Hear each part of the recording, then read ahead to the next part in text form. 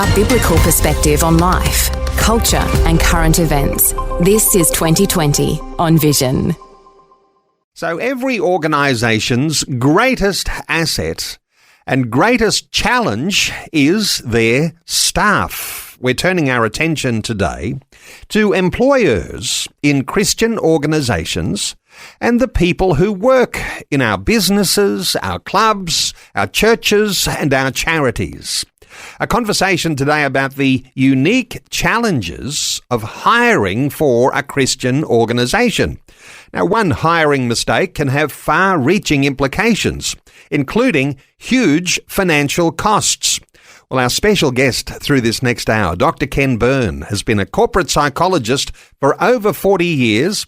He's personally evaluated over 3,000 candidates, from board members to CEOs to senior and middle management, technical specialists, sales and management. He teaches in the Arrow Leadership Program on how to hire the right people and how to manage poor performers. He's worked with leading organisations like the 3M Company and ANZ Bank and Optus, Coles Myer, and even the Walt Disney Corporation. He's the co-author of the book Hire Right First Time, a practical guide for staffing Christian organisations. I might say a special welcome back to 2020 to you, Dr. Ken Byrne. Always a pleasure, Neil. Always a pleasure to be with you. Hey, Ken, I want to throw you into the deep end straight away, because anyone who works for any organisation knows that if you get the wrong employee, and we're going to be talking about specifics around a Christian organisation, so if you're a Christian in business, this is meaningful to you. But when you're putting the square peg into the round hole in a Christian organisation, give us some worst-case scenarios here. Have you got a story or two you can fill us in on when you try to force the position and it's a wrong one? I've got dozens of stories. One is a Christian organization which is devoted in their very DNA to helping the downtrodden is approached by an employee who says, "My husband has been in jail. He's just gotten out. No one will hire him. Can you help us out?" The church says, consciously or unconsciously, "Hey, that's what we're in business for." So they get him a job as a caretaker in one of their satellite churches. And they figure, how much trouble can he get into mowing lawns and trimming hedges? But they don't tell the church his background. They're about 6 months, and the church needs a bookkeeper. And they say, "Hey, anybody know anything about bookkeeping?" And of course, he was in jail for white-collar fraud. He knows a lot about bookkeeping. He said, "Oh, I think I could do that." "Great, why don't you become the bookkeeper?" Now, you don't have to be Sherlock Holmes to figure out he defrauds the church. And he goes back into jail. And he loses his family. His wife divorces him. He doesn't see him kids. And he gets a longer stretch in jail because it's his second offense. Now, did we do him any favors? I don't think so. Well, as you say, you might have dozens of stories like that. And what seems to be good-hearted in the way that you might approach employing someone because, hey, that's what you do because you're good-hearted, you're a nice person, you're in church, and isn't it nice to employ someone like that? What you're saying is, if you don't make the right decision, somewhere down the track things are going to go astray. And this happens all the time. All the time. Neil, I've been teaching at Arrow for 25 years. And in every class, I say to people, there's about 20 people in the class, they're all young Christian leaders. How many of you have worked with someone who is a hiring mistake, who shouldn't have been hired? Every single person raises their hand. 25 years, every single person. All so right. It happens all the time. Okay, and this is where listeners today, if you're looking for the sort of insight that's going to make your life easier and is going to enhance the kingdom goals of your own business pursuits, this is the sort of conversation you'll want to get into. And I do want to hear from listeners today who actually have the stories. You might have a good story, yes, but you probably have a bad story. It's like a bad story conversation in some sense because it's what to avoid. Now, yes, can you say there are 7 common hiring errors? I wonder if you can rattle through a few of those because we might not get through all of them, but hit us with some of those common hiring errors.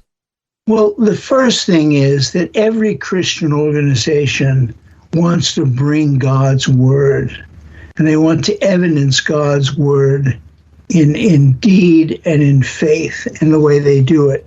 The problem is they get caught between the tension of wanting to do the right thing by someone and forgetting the obligation they have to their existing staff. So they see someone who isn't quite right. They say, well, it isn't exactly what we're looking for, but really he's a good bloke and he deserves a break. And they hire the person and they forget the impact that person is going to have on the existing staff. So that another example is an organization hired someone who was a nurse. He came knocking on the door and said, hey, I'm a nurse. Do you have any openings? It was an aged care facility. They said, sure, we're looking for a nighttime nurse. Can you work as a nurse at night? He said, of course.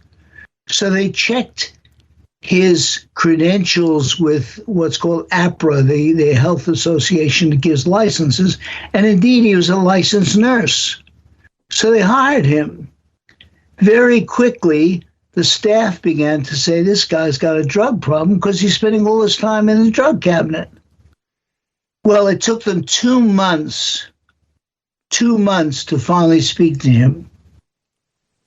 And this is another example. Christians don't like conflict. We'll come back to that in a moment. But at the end of 2 months, he's working night shifts, so word filters up. People are going to speak to you about this. So he does what any average person would do. He sets the home on fire. He kills 6 or 7 people.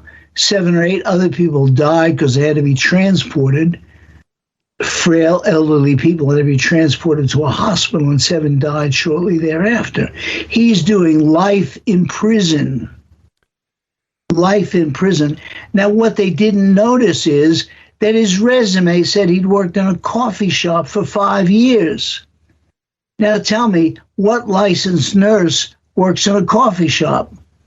Then they checked with his past employers, and they found out that 2 of his employers had never heard of him, and the other 2 had fired him.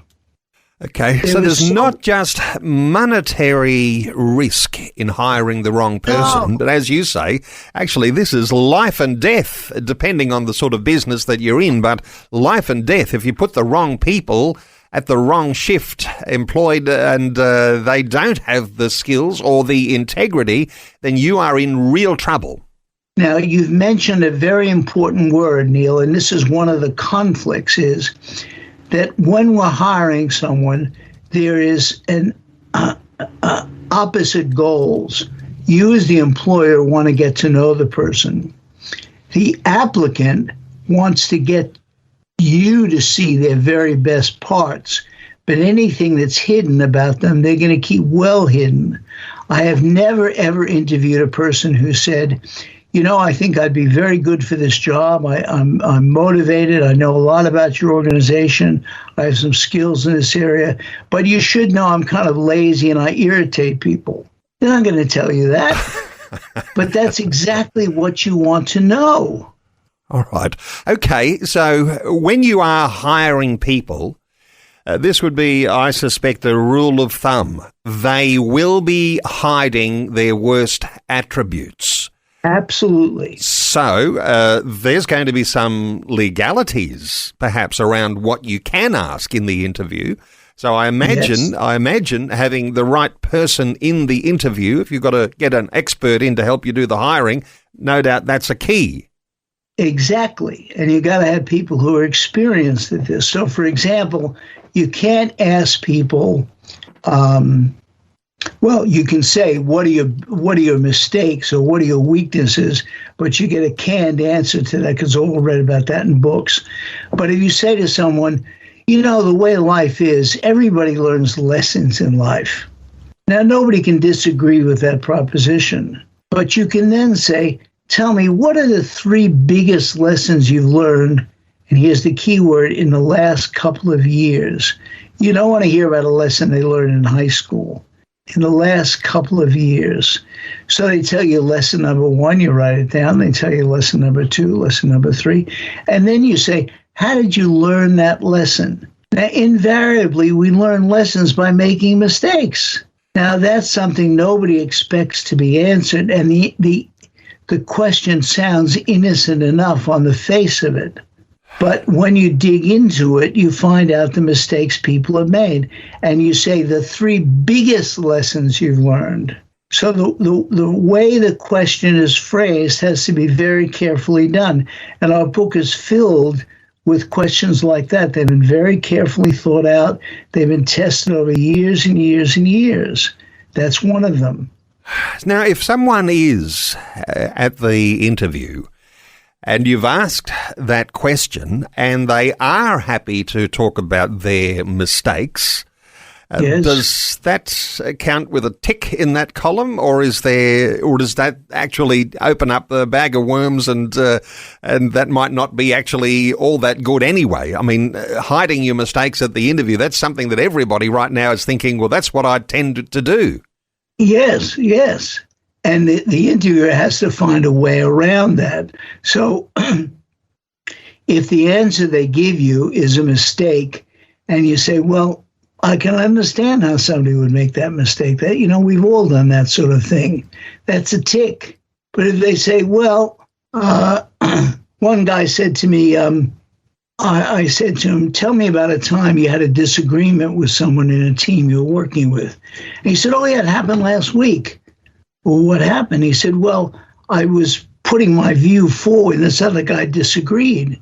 I said, what did you do? He said, I left the meeting.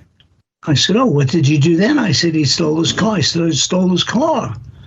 I said, what do you mean you stole his car? He said, well, we all had company cars. And I knew the secretary who had the extra keys. So I got the key to his car and I stole it and I drove it home and put it in my garage. That's not an answer you'd give a real favorable tick to.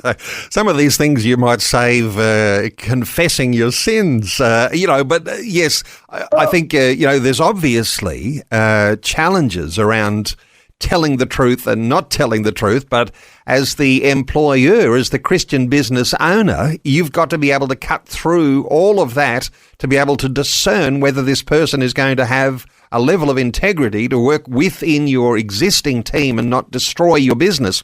Because as I understand it, one of the things that you say is that if you employ the wrong people, you're actually going to be stalling or maybe even dismembering your kingdom-oriented goals as a Christian leader. And all the wheels can fall off if you get the wrong people.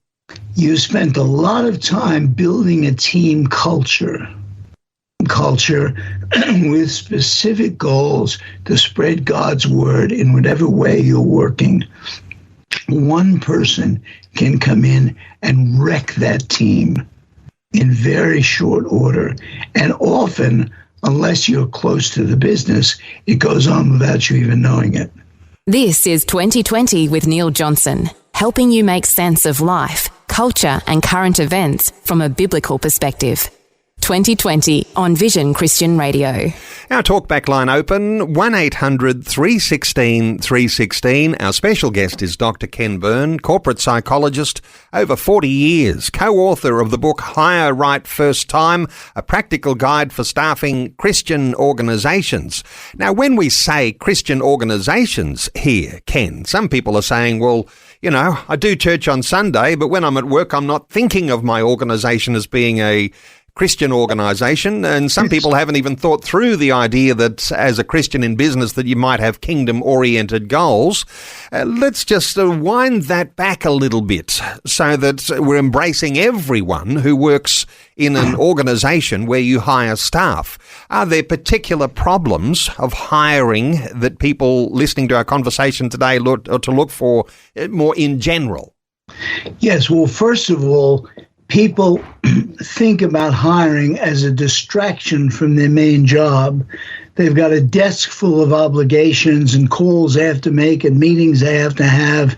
And then someone says, oh, we want you to sit on a hiring panel. And it seems like a distraction. The truth of the matter is there's nothing more important to your success in business than hiring the right people. I've never found any exceptions to that. Hiring the right people is what's going to make you successful or make you struggle. So often people don't give enough time or thought to it. I've seen people say, anybody have any good hiring questions around? And they grab whatever piece of paper they hand them and they run off the questions. Secondly, people don't put in enough time. I just helped a church where I'm a friend of the church, and it took us hours and hours and hours to go through sorting through applications, interviewing people, ruling people out, interviewing people the second or the third time. Now, we got 2 great employees out of it, but it took a lot of time. Now, do you want to spend the time at the front end, or do you want to spend the time at the back end managing the problem employee, which takes an enormous amount of time, energy, money, resources? So first of all, you have to make that decision. The second thing is, the worst thing that's done in the whole hiring process is checking references. Because at the end, people are tired of it. They want to get this thing over with. I got to get a job to get back to. Come on, let's.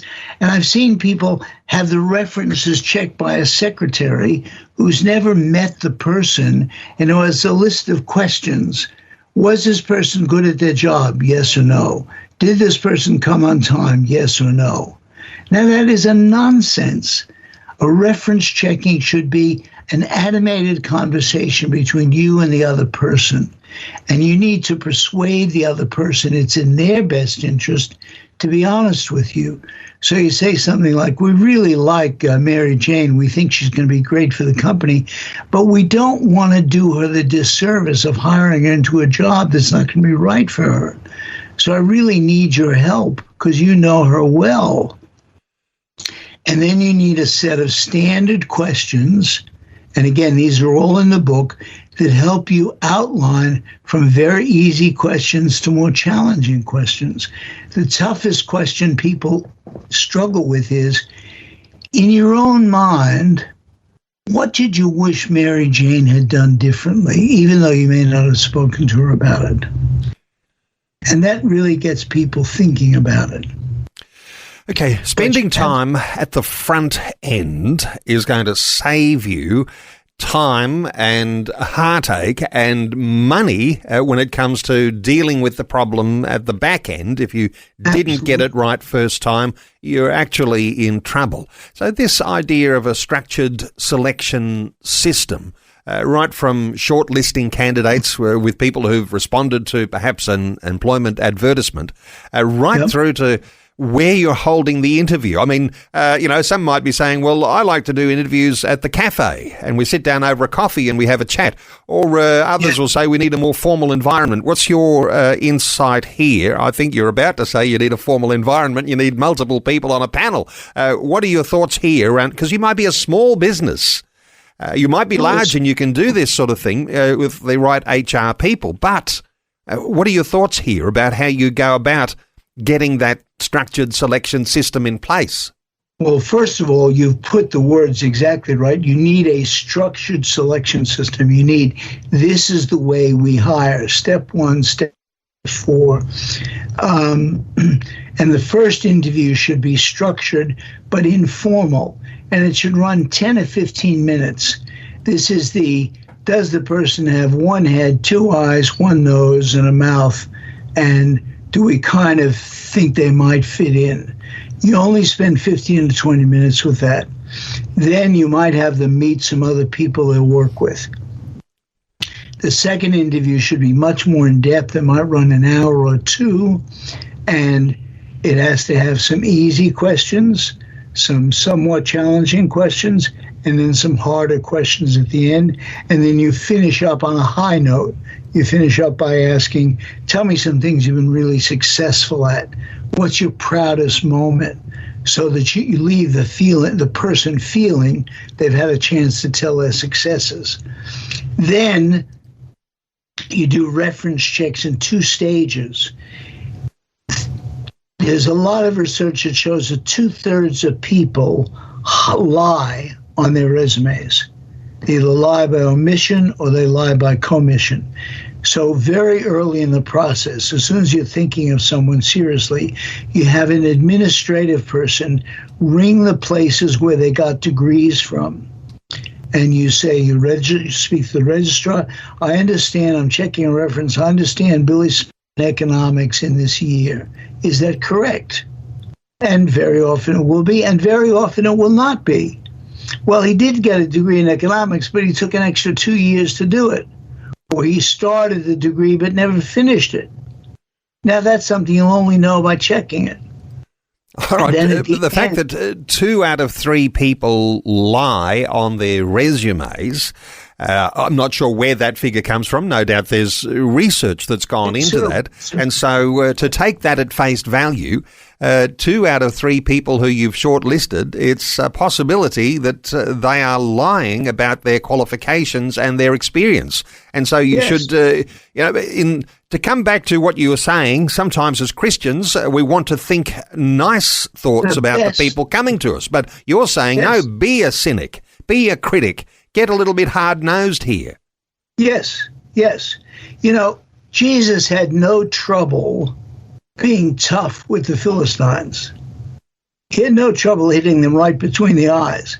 But somehow that message seems to have gotten lost in the sands of time, and we all think we have to be nice. And so asking the tough questions somehow gets confused with being rude or being ungracious. So we take what people say at face value without probing into it.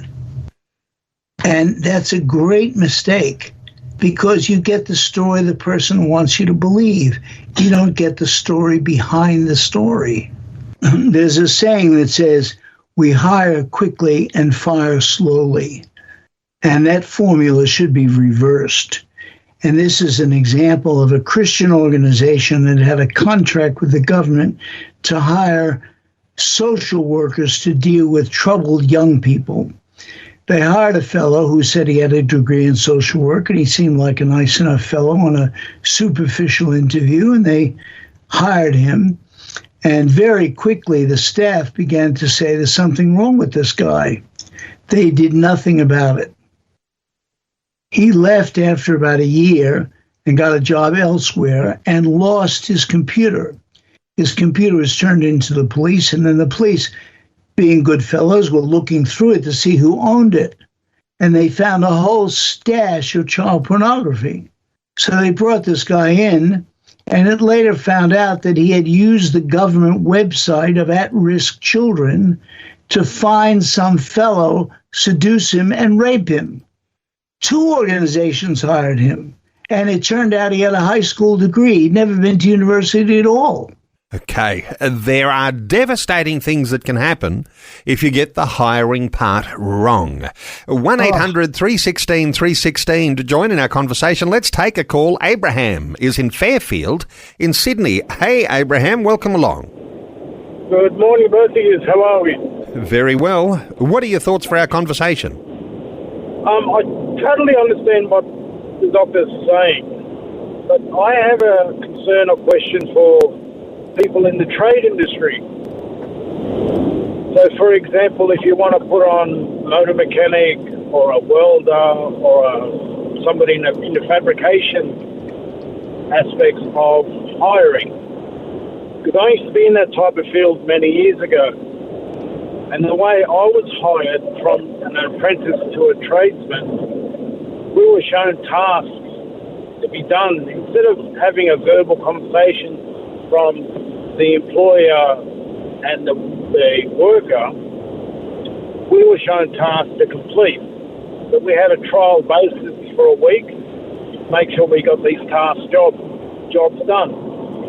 In that meantime, the boss or the owner of the company will say, okay, based on your experience, I will pay you this much. But if you succeed and do well, I'll actually increase your salary. So my question to you is how do you implement the questions to ask for a trainee or a tradesperson, or do we keep going the way we are going in hiring people as a task orientation format? Fabulous insight here, Abraham. And let's come to Ken, because trade industries, there's a difference here, perhaps, practical demonstration of skills and trial periods. What are your thoughts here for Abraham?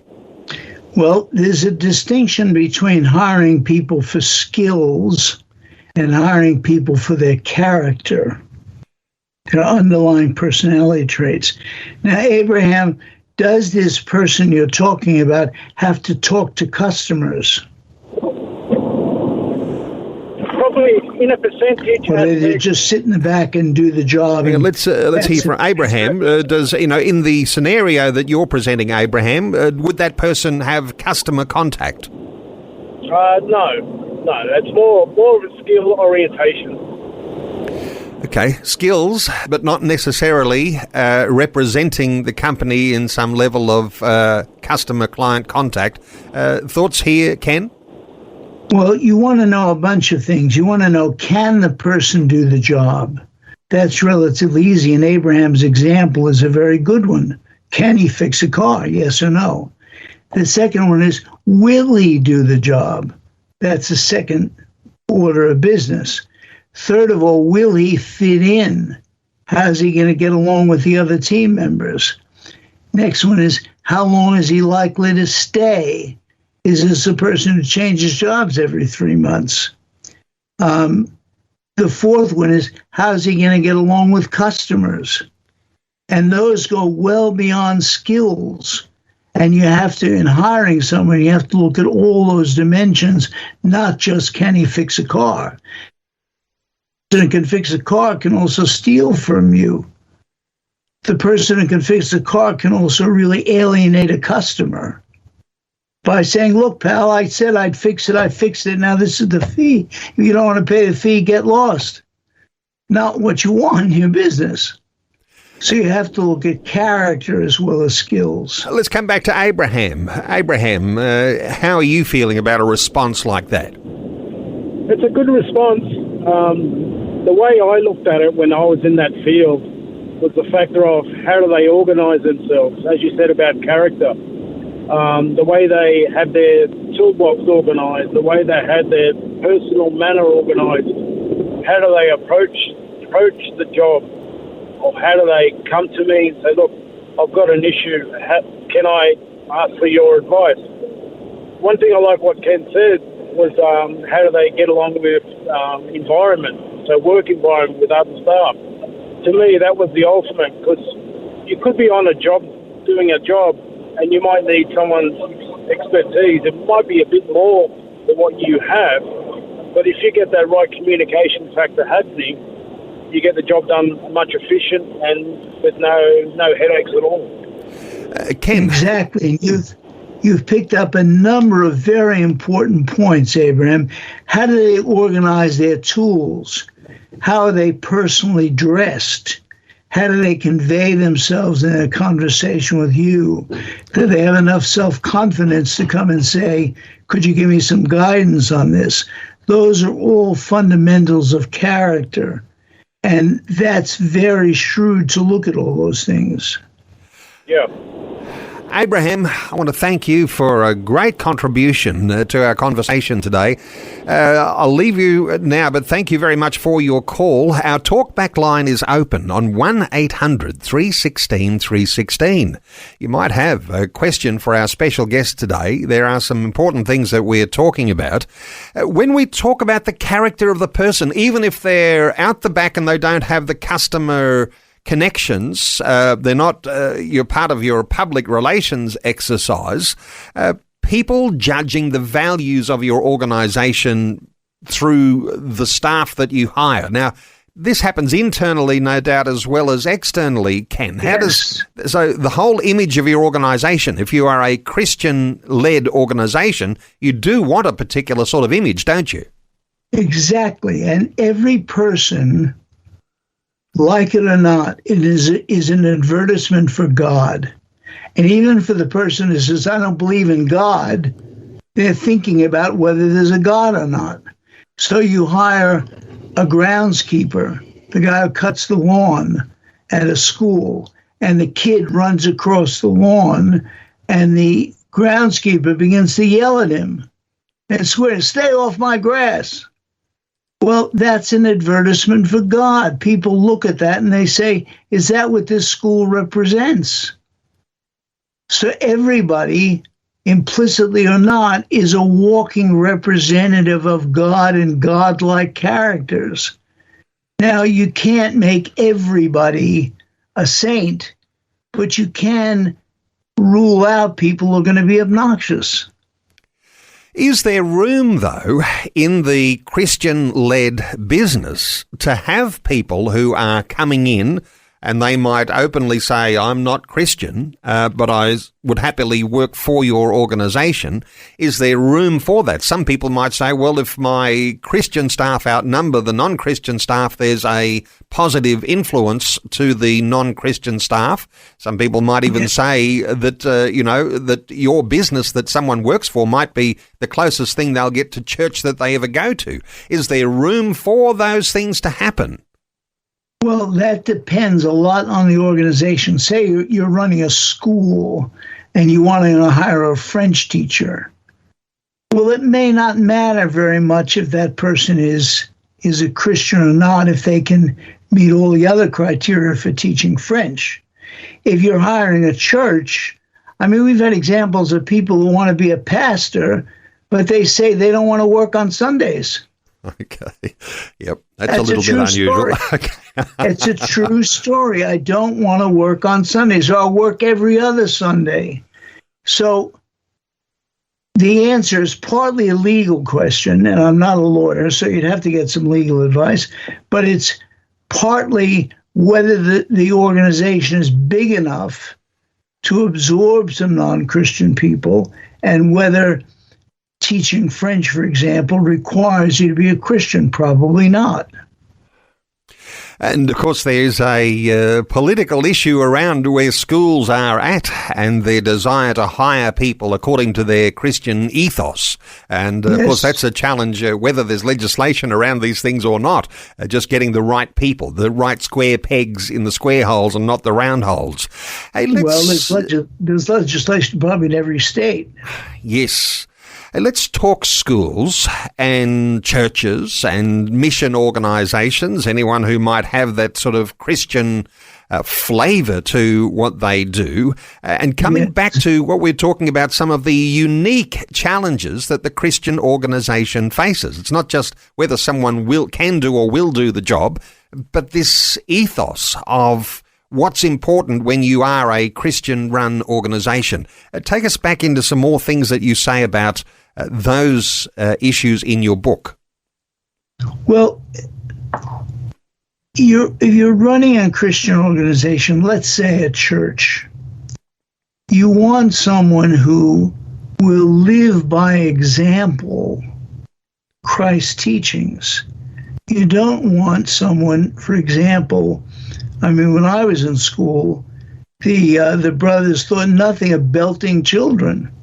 Now, in those days, it was against the law, but nobody thought about it because you went home and your parents gave you another belting.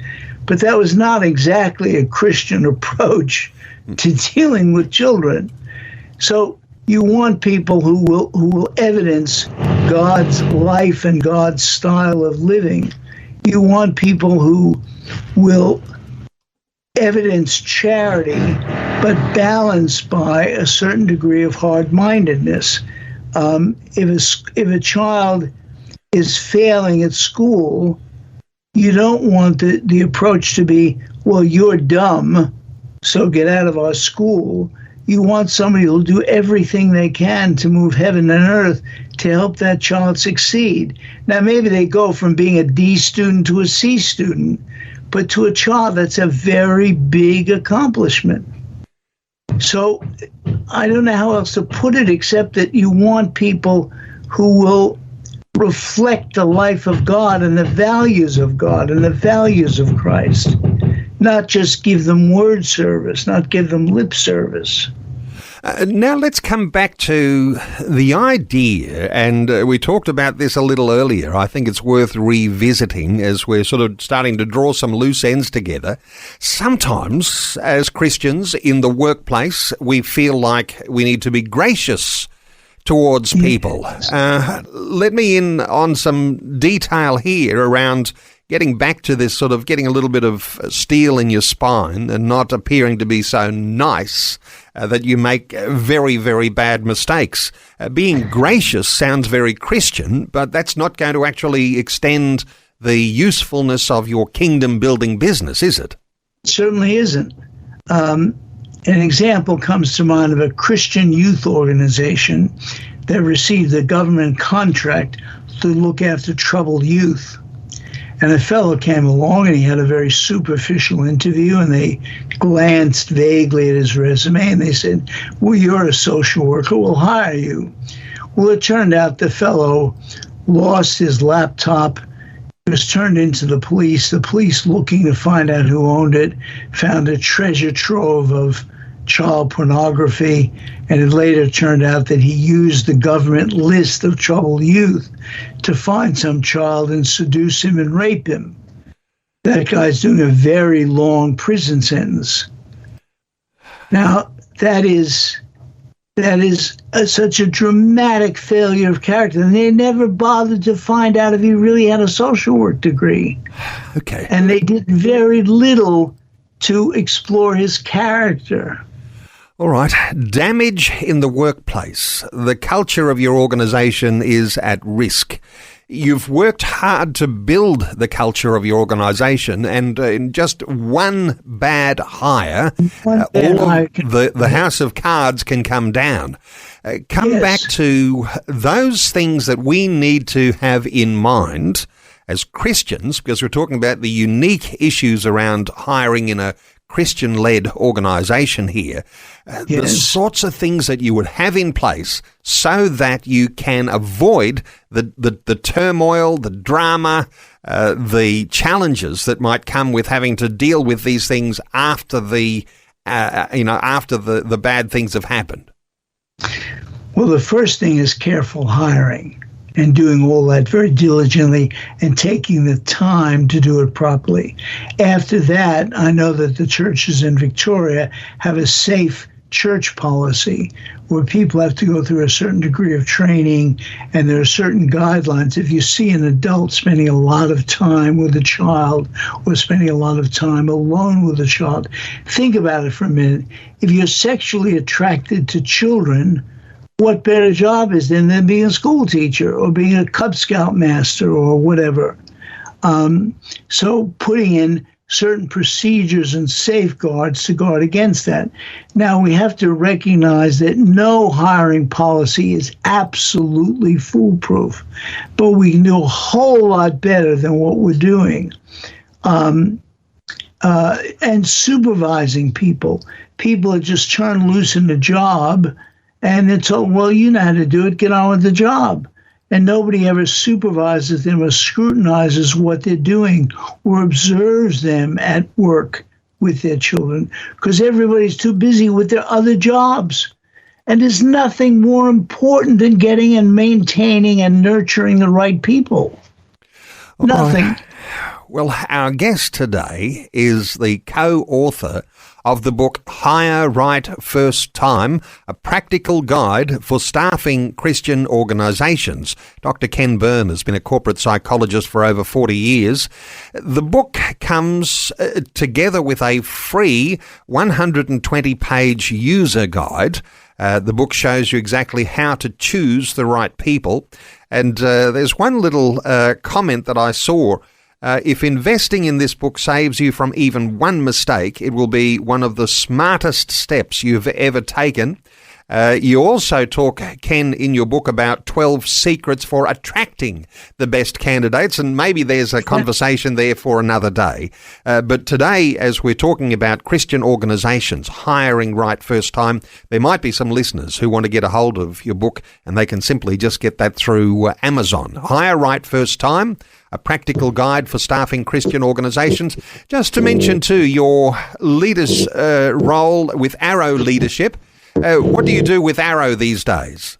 Well, I've been teaching Arrow for 25 years, and we always do a half day on how to hire the right people, and then we do a half day on people you've inherited who are not right. What do you do with them? And then it becomes a matter of, have they had the right training?